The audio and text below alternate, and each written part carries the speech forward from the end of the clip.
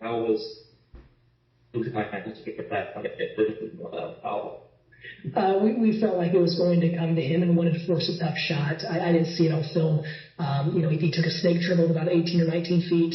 Obviously, BJ didn't intend to foul him, but we thought we had them taking the shot that we wanted, but it didn't work out for us. John, you can answer this to our coach. There seems to be a little bit of a disagreement going on there between the two teams towards the end of the second half there. What was being said between you guys? What was that about? Between our team and theirs? Yes. There was miscommunication between the officials and each team. I think there was miscommunication, and it wasn't a big deal. Gotcha. Then my last question with you, Coach. That's 2 road losses now, and a tough matchup with Tulane leagues large. Where does the team go from here to get a little more comfortable on these road matchups? Well, we, number one, we've got to go on the road with a chip on our shoulder. And it's no secret. When you look at the games we've lost, we haven't shot well. Tonight we did from the free throw line, but we haven't shot well from the perimeter. I thought we did a nice job of getting to the rim and finishing tonight.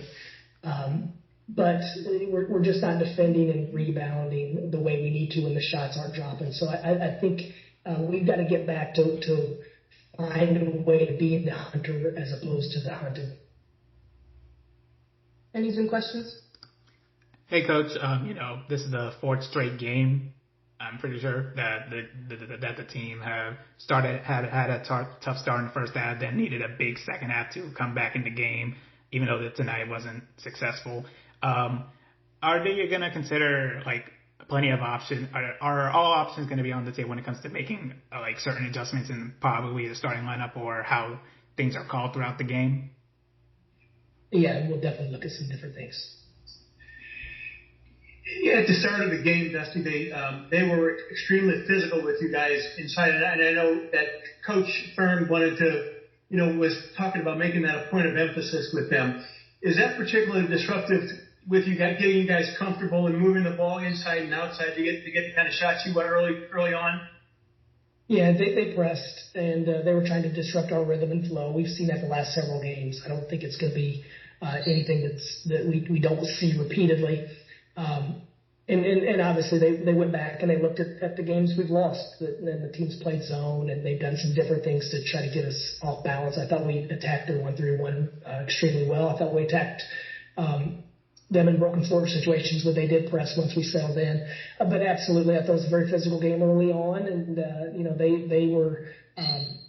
they were aggressive, and hats off to them because I thought they played a very determined basketball game. Hey, Coach, are these type of shots, these 3-point shots that the team were putting up, contributing to the poor 3-point percentage?